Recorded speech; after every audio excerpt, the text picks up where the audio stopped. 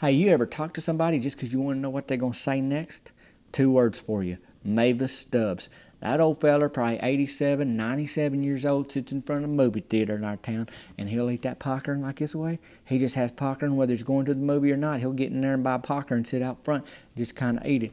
And I was out there tonight, and I wasn't going to the movies. I was just in the area, getting some things, and I walked by him, I seen him, I thought, I'm going to go ahead and go for it. Once you sit down and start talking to Mavis, boy, you better have some time on your hands. I said, you seen any movies lately, Mavis? He kind of put the popcorn in. He makes sure he gets 3 or 4 pieces of popcorn in his mouth before he starts talking. And then he's like, oh, yeah, I reckon I've seen a few of them, Tavin. And I said, you did? What were they? He goes, oh, I don't know. When the lights go off, I go to sleep. And he's looking out in that parking lot just thinking out loud to himself. He sees somebody park a new car out there. It's like a new model, like a Honda.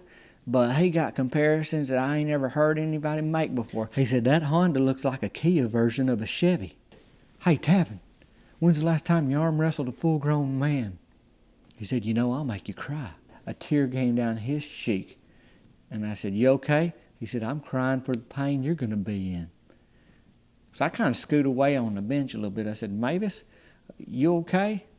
And he goes, better than you're going to be. I kind of stood up at that point, and I said, hey, Mavis, I'm going to leave you alone with that popcorn.